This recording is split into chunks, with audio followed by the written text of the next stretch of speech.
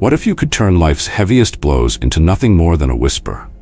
What if the sting of betrayal, the weight of failure, or the suffocating grip of stress could just vanish? Welcome to Victory Stoic, where today we rip open an ancient Stoic secret: how to act as if nothing bothers you. A weapon so powerful it rewrites the rules of your existence. This isn't about hiding the pain, it's about crushing it before it crushes you. The world doesn't play nice. It's a grinder. Deadlines that choke you, voices that cut deeper than knives, and setbacks that hit when you're already down. You've felt it. The sleepless nights replaying what went wrong, the clenched fists when someone crossed you, the quiet rage when life didn't bend your way. Most people break under that. They drown in the noise. But not you. Not after this.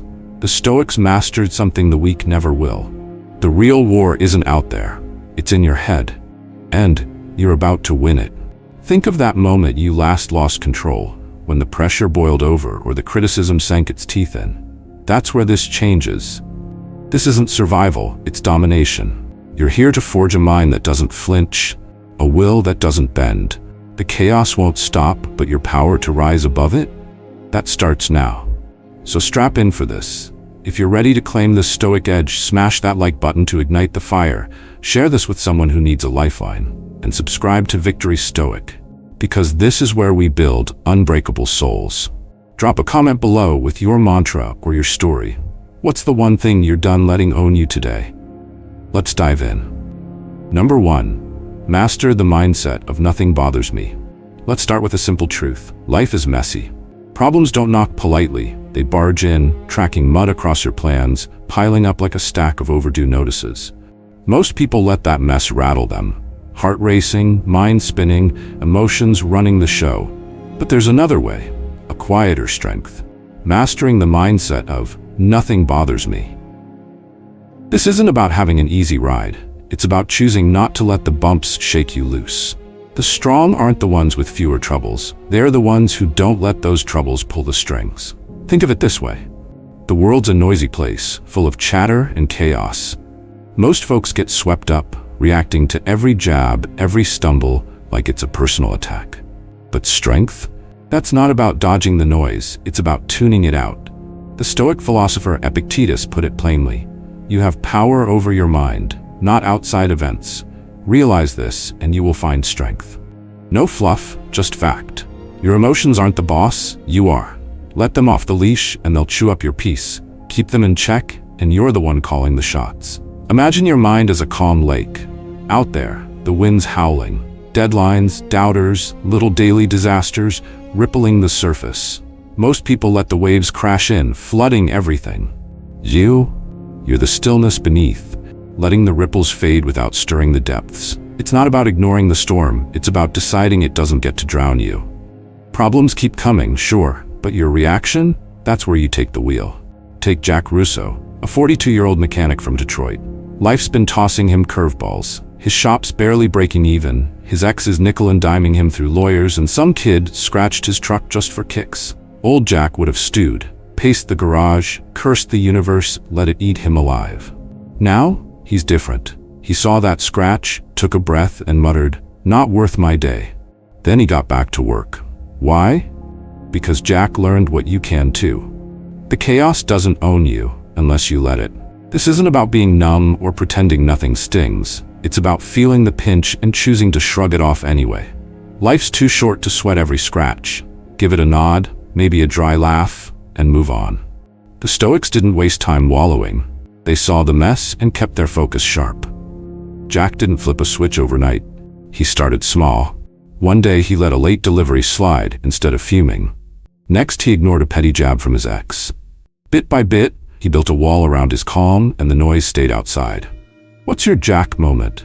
That nagging worry? The late bill? The snide comment? The plan that fell apart? It's not the trouble itself that's the fight. It's how much you let it dig in. Step back. Breathe. You don't have to wrestle every shadow. The Stoics didn't promise a smooth road, just the tools to walk it steady. Master this mindset, and you're not just getting by, you're rising above, one quiet victory at a time. Number 2. Calmness is the ultimate weapon. Here's the deal. The world loves a show. It waits for you to crack, teeth gritted, voice raised, swept up in the whirlwind of whatever went wrong. Most people oblige, turning every snag into a stage for their frustration. But there's a better play, a subtler power: calmness. Staying steady doesn't just make you hard to read or quietly impressive. It's a weapon that shifts the game in your favor, leaving others wondering how you hold it together when they can't. It's not about shouting louder than the chaos, it's about standing apart from it. The ones who lose it, they're an open book, spilling their pages for everyone to skim.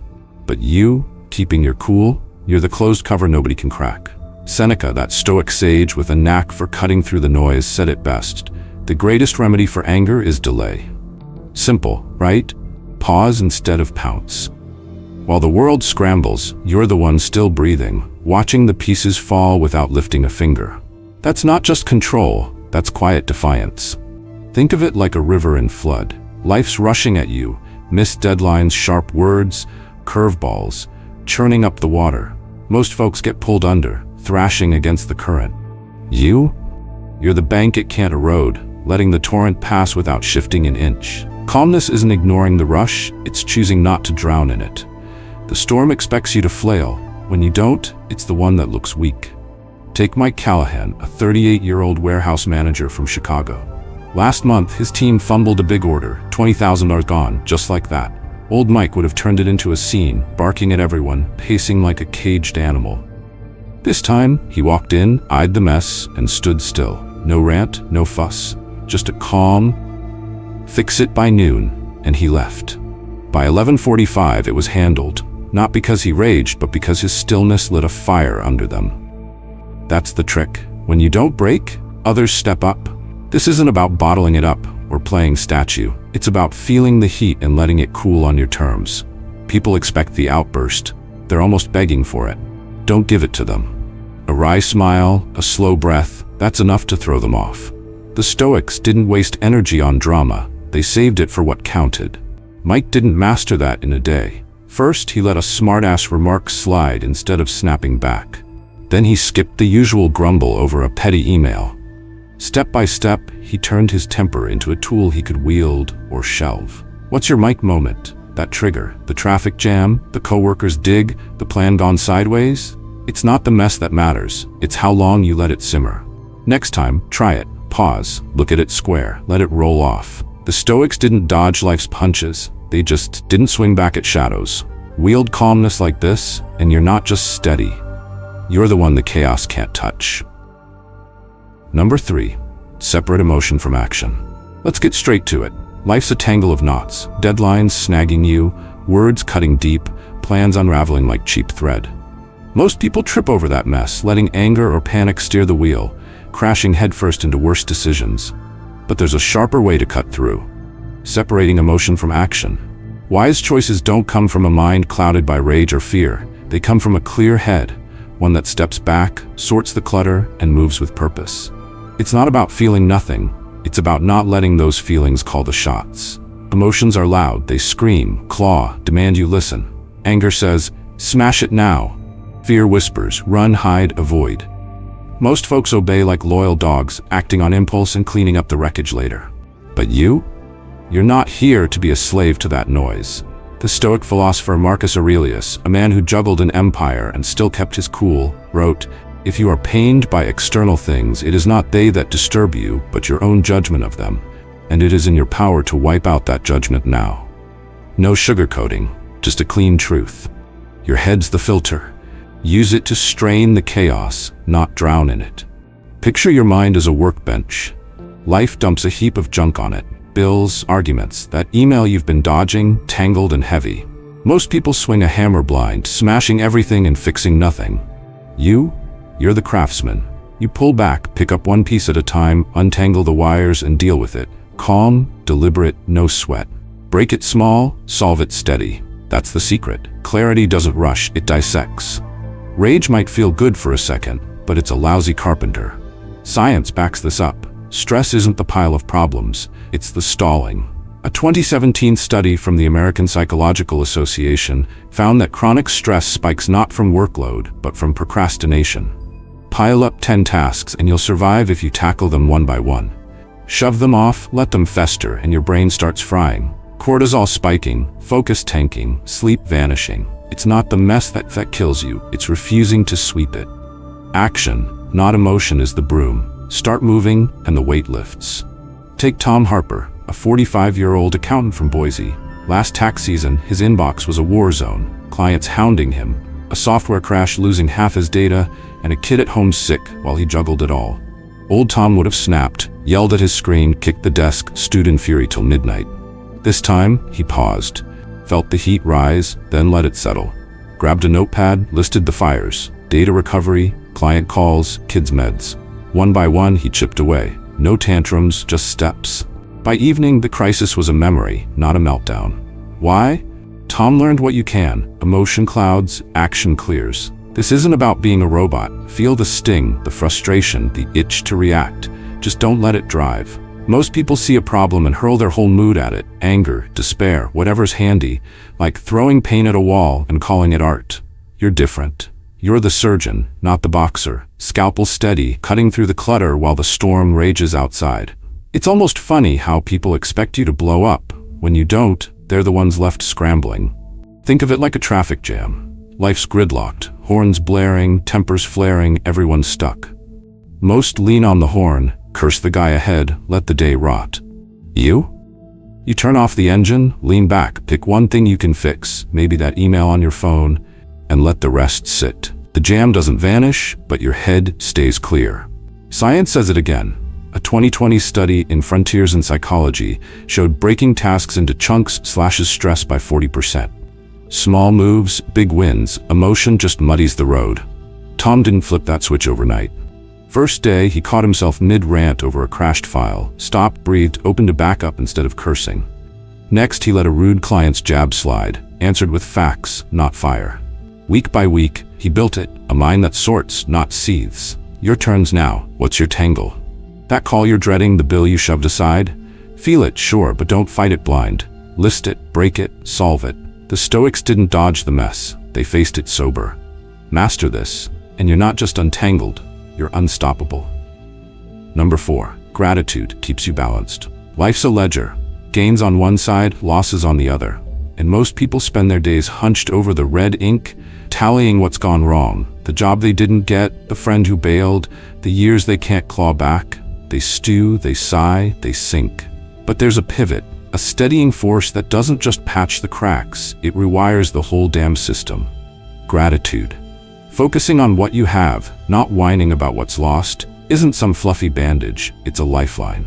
This isn't about choking down your feelings, it's about facing them square, sorting them out, and finding the ground beneath your feet. Most folks think gratitude's a polite nod, say thanks, and move on. Wrong.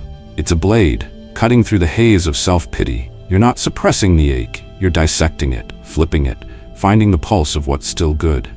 The Stoic philosopher Musonius Rufus, a guy who didn't mince words, said, "To accept injury without a spirit of revenge, to bear what comes without complaint, this is the mark of a great soul." No wallowing, no grudge matches, just a clear-eyed look at what's in your hands, not what slipped through them. It's raw, real, and tougher than it sounds. Imagine your life's a deck of cards. The dealer's stingy, some aces, plenty of twos, and a few bent corners. Most people slam the table, curse the shuffle, obsess over the jokers they didn't draw. You play the hand. That beat-up 2 of clubs, it's the roof over your head, the coffee in your cup, the breath in your lungs. Gratitude doesn't erase the bad cards, it shifts your eyes to the ones you can still win with. It's not denial, it's defiance, a quiet "I've got enough" that steadies the tilt. This isn't theory, science backs it. A 2016 study from the University of California showed gratitude rewires your brain, boosts dopamine, cuts stress, keeps you from spiraling. It's not the losses that grind you down, it's staring at them too long. Shift the lens and the weight shifts too. You're not bottling up the hurt, you're letting it breathe, giving it context, seeing past it. That's balance, not blind optimism.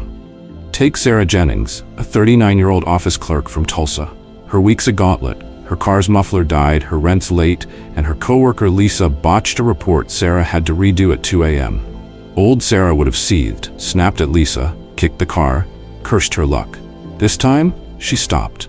Looked closer. Lisa's a single mom, 3 kids under 10, drowning in bills, barely sleeping. That report wasn't sabotage, it was exhaustion. Sarah felt the frustration bubble, then let it settle. She's got enough on her plate, she thought, and pitched in to fix it instead of fuming. Gratitude wasn't for Lisa's mistake. It was for Sarah's own steady job, her quiet apartment, her 2 working legs to get through the day. Or picture this, you're driving down a cramped alley in Philly, and some guy in a pickup swipes your mirror. Paint's scratched, your pulse jumps, instinct says honk, yell, chase him down. Most do. But you pause. That road's a bottleneck. 2 cars can't fit, and he's got a dented fender too. He didn't mean it. He's just another schmuck trying to squeeze by. You nod, mutter, could have been me, and drive on. Gratitude's not for the scrape, it's for the fact your car still runs, the sun's out, and you're not late yet. That's not swallowing anger, it's dissolving it with something truer. This takes guts. It's not passive. You're not dodging the sting, you're staring it down, finding the flip side. That coworker's carelessness? She's stretched thin, not out to get you. That guy's fender bender? A tight turn, not a vendetta. You feel the heat, sure, let it rise, let it speak, but then you sift it. Why waste energy on a grudge when you've got a life to live? A 2019 study in emotion found gratitude slashes resentment by 30%. Not by pretending it's fine, but by reframing what's real. You've got kids who laugh, a bed to crash in, a tomorrow to tackle. That's your anchor. Sarah didn't wake up grateful, she built it. Day 1, she caught herself griping about the car, shifted to, at least I've got wheels. Day 2, Lisa's next slip-up hit. Sarah thought, I've got a paycheck, she's got chaos. Week by week, she turned the lens, less why me, more what's mine. It's not ignoring the muck, it's stepping over it. Your turn. What's your snag? The late check, the loud neighbor, the deal that tanked? Feel it, name it, then list 3 things still standing. Your health, your coffee, your shot at tomorrow. The Stoics didn't fake smiles, they found footing. Practice this, and you're not just balanced, you're unshakable. Number 5, selective indifference. The real superpower. Let's face it, the world's a screaming toddler, demanding your attention, throwing tantrums, begging you to care about every spilled juice and broken toy. Most people play along, wasting their breath on every petty drama, every fleeting slight, until they're drained dry. But there's a sharper way to live, a quiet rebellion that flips the script. Selective indifference. It's not about shutting off, it's about choosing what's worth your energy and letting the rest rot in the noise. Focus on what matters, and you've got a superpower most never unlock. This isn't cold-hearted detachment, it's precision. Life's a buffet of bullshit, endless notifications, petty gripes, pointless feuds, and most folks gorge themselves sick, choking on scraps that don't fill them. You're the one who walks past the stale bread, picks the steak, and leaves the rest for the vultures. The Stoic philosopher Epictetus, a man who'd seen his share of nonsense, cut it clean. There is only one way to happiness, and that is to cease worrying about things which are beyond the power of our will. Brutal, simple, true. Why bleed for what you can't change or what doesn't deserve your sweat? Think of your energy as a bank vault, precious, yours to guard. Every day, the world picks the lock. A coworker's snark, a stranger's hot take, some viral clip that's gone by tomorrow. Most people fling the doors wide, handing out their reserves like candy at a parade. You're different. You're the vault keeper, stone-faced and deliberate. Only what's worthy gets a withdrawal. The rest, locked out, left to rattle the bars. That's power, not apathy.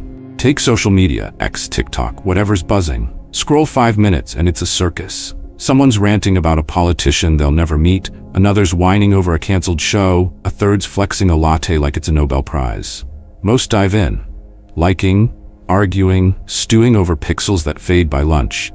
Then there's Alex Carter, a 41-year-old graphic designer from Seattle. Last week his feed blew up. Colleagues trashing a client he liked, strangers dunking on his team's latest ad. Old Alex would have jumped in, firing off replies, refreshing for likes, losing sleep over it. Now, he scrolls past. Not my circus, not my monkeys, he mutters, and sketches instead. Why? He's got a deadline, a kid's birthday, a life. Those get his gold, not some keyboard warrior's bait. Or picture those short-form videos, reels, shorts, whatever's clogging the app. 10 seconds in, it's a guy screaming about a life hack that's just common sense. or a drama recap that's forgotten by dusk. Most watch, react, share, like it's their job to care. Alex saw one last month, an influencer sobbing over a toxic friend, begging for sympathy. He felt the tug, pity, maybe annoyance, then clicked off. "Doesn't pay my rent," he shrugged, and called his daughter instead. That's selective indifference, not numb, just ruthless about what's worth the bandwidth. This takes spine. It's not passive. You're not ignoring the world, you're curating it. Feel the itch to weigh in. Sure, the jab stings, the post irks. But ask, does this move my needle? If not, let it drift. Science nods along. A 2021 study in Nature Communications found people waste 34% of their mental energy on low-value stimuli. Think X threads or viral rants. That's a third of your day burned on nothing. Cut it, and you're not just free, you're loaded with focus for what counts. Alex didn't start this way. Day one, he caught himself typing a snarky reply to a coworker's X post, stopped, deleted, moved on. Day two, he skipped a trending vid about some celebrity flop. Week by week, he tuned in the noise out. Less I'll show them, more what's mine to fix. It's not about never caring, it's about caring smart. That client he liked? He sent a calm email, kept the gig. The ad hate? He tweaked the next one, ignored the trolls. Results, not reactions. That's the muscle you build. What's your drain? That expat begging your 2 cents, the short clip whining about nothing? Feel the pull, then pass. List what's yours, your work, your people, your next step, and guard it like a hawk. The Stoics didn't waste tears on trivia. They aimed high, struck true. Practice this, and you're not just indifferent, you're invincible. A vault nothing cracks unless you hand it the key. Number 6. Face criticism with reason. Here's the raw deal. Criticism is a swarm, buzzing, biting, landing on you whether you swat or not. It's the coworker who nitpicks your every move, the friend who just says it like it is, the online loudmouth who thinks your life's their punching bag. Most people duck, dodge, or swing back, bruised egos and bloody knuckles all around. But there's a slicker way to play this game. Face criticism with reason. Sort the gold from the garbage, keep what builds you, ditch what tears you down. This isn't about taking hits, it's about turning them into ammo. The world's a gallery of armchair critics, each one armed with a cheap shot and a megaphone. Most folks let it sting, every word a dagger, every jab a wound they nurse for days. They either crumble under the weight or lash out, proving the naysayers right. You're not here to bleed or brawl. You're the alchemist, sifting through the mud for nuggets that shine. The Stoic heavyweight Seneca threw down the gauntlet. What need is there to weep over parts of life? The whole of it calls for tears. Dark, sure, but it's a wake-up call. Don't waste your grit on petty barbs when you've got bigger fires to tend. Picture it like a battlefield. Criticism rains down, arrows of "you're not enough," spears of "you screwed up." Most charge in blind, shields up swinging at shadows. You're the general, cool as ice, scanning the volley.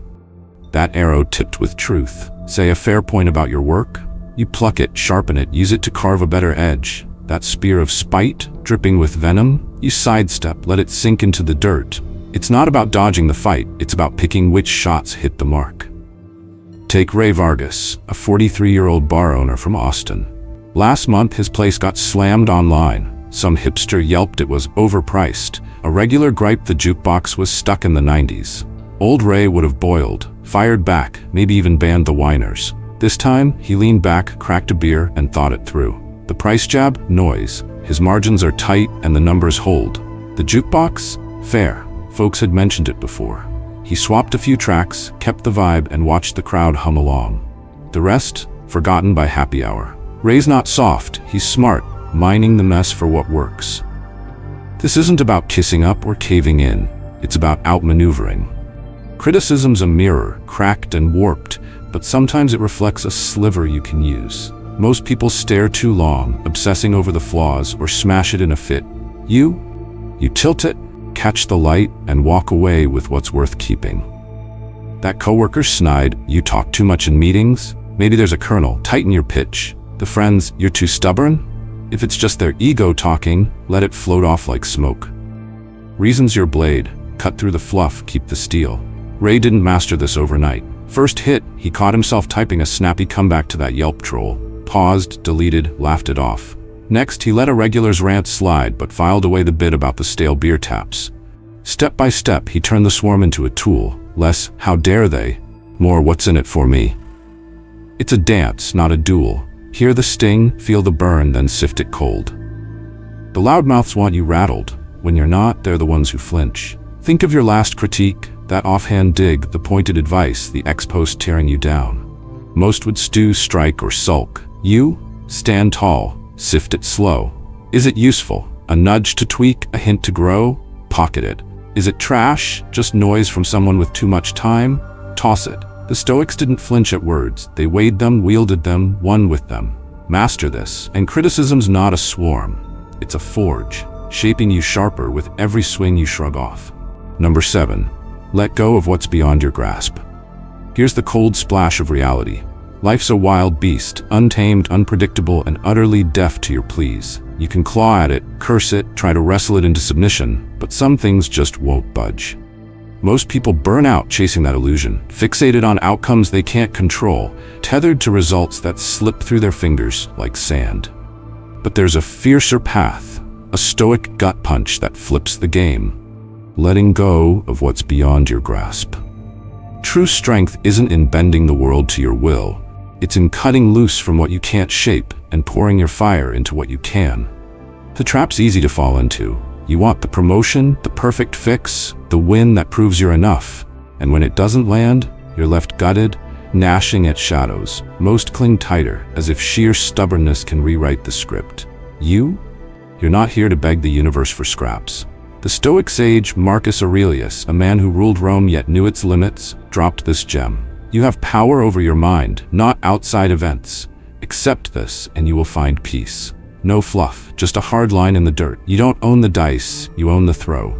Imagine your life's a ship in a storm. Waves crash, winds howl, promotion slips, plans sink. Someone else steers off course. Most captains lash themselves to the mast, screaming at the gale, sinking with the wreckage. You're at the helm, hands steady, trimming sails you can reach. That storm's not yours to tame. Your crew, your rudder, your grit, those are. Strength isn't stopping the squall. It's navigating through it. Eyes on what you command, not what you can't.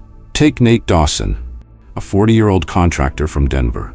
Last summer, he bid on a fat city project. Months of prep, late nights, the works. Day of the call, they picked some slick firm with deeper pockets. Old Nate would have raged, punched a wall, drowned in if-onlys, stalked the winner's every move. This time, he felt the sting, let it sit, then shrugged. I built the best pitch I could, he said, and flipped to the next job. A small Reno he nailed by week's end. Why? Nate knows the game. His effort's his empire. The outcome's just dust. This isn't surrender, it's strategy. Most people chain themselves to what's gone. The deal that flopped, the friend who walked, the should-have-been that haunts. They're prisoners, rattling bars they can't bend. You're the one who drops the shackles, walks free, and turns to the fight you can win. That client's no, not your lever. Your next call, your next pitch, that's your turf. It's a dark kind of freedom. Feeling the loss, tasting the bile, then spitting it out because it's not yours to carry. Nate didn't crack that code in a day. First blow, he caught himself refreshing the city's sight, obsessing over the pick, stopped, closed the tab, grabbed a beer. Next, a supplier bailed last minute. He let the frustration flare, then sourced another by noon. Bit by bit, he shed the weight. Less why not me, more what's next. It's not about never caring, it's about caring where it counts. The project's gone, but his crew's tight. His tools are sharp, those stay in his grip. What's your anchor? That yes you didn't get, the plan that crumbled, the nod you chased? Most would grip it till their knuckles bleach, cursing the wind. You feel it slip, nod at it, let it drift. List your moves, your words, your hustle, your now, and lock in there. The Stoics didn't waste breath on fate. They shaped what they held, shrugged at what they didn't. Master this, and you're not just untethered. You're a force, unbound by what won't bow, unstoppable in what will. Number 8, success in silence. Let's strip it down. The world's a stage of braggarts, strutting, shouting, flashing every shiny trinket they've snatched, desperate for the crowd to clap. Most chase that roar, spilling their wins like cheap confetti, craving the echo of applause to feel alive. But there's a bolder way, a radiant truth that gleams brighter than any spotlight. Success in silence. Don't boast. Move quietly, wield your strength with unshakable grace, and let your victories sing for themselves. You're not here to beg for cheers. You're here to build a legacy that thunders without a word. This isn't meekness, it's mastery. The loud ones? They're fragile, propped up by noise, trembling when the crowd thins.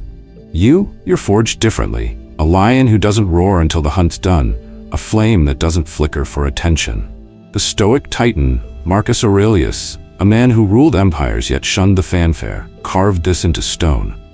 Do good by stealth and blush to find it fame. No trumpets, no banners, just the quiet pride of knowing your work stands tall. Your power doesn't need a megaphone, it's in the wake you leave behind. Picture yourself as a sculptor, chiseling your life from raw rock. Most hack away, yelling about every chip, parading half-finished slabs for praise. You carve in the shadows, steady hands, fierce focus, until the statue's done, flawless, towering. When it's unveiled, jaws drop, whispers spread, and you're already on to the next. That's the glow of silent triumph, not a shout to be heard, but a force to be felt. You don't need to tell the world you're winning. The world sees it and bows. Take Elena Pierce, a 37-year-old chef from Portland. Last year, she turned a crumbling diner into a gem. Recipes honed over sleepless nights, a menu that packed the place by month 3. Old Elena might have crowed, posts about every full house, interviews flaunting her genius. Now, she cooks, tweaks, perfects, silence her sous chef. Critics raved, lines grew, a local paper called her the quiet queen of cuisine. She smiled, nodded, kept plating. Why? Elena knows her dishes speak. Her success isn't a billboard, it's a flavor that lingers. This is you, unshakable, radiant, a victor who doesn't need to wave the flag. Most people spill their glory early, fishing for likes, leaking steam before the finish line. You're the ember that burns slow, then blazes, unseen until it's undeniable. That project you nailed? No fanfare, just a nod from the boss that says it all. That goal you crushed? No chest thumping, just the mirror reflecting a human who did the damn thing. The Stoics didn't chase echoes, they built monuments that outlasted the noise. Elena didn't glow overnight. First win, she caught herself itching to post, paused, plated another dish instead. Next, a rave review hit. She skipped the gloat, thanked her crew, kept grinding. Step by step, she wove silence into her swagger. Less look at me, more watch this. It's faith in your bones, pride in your stride.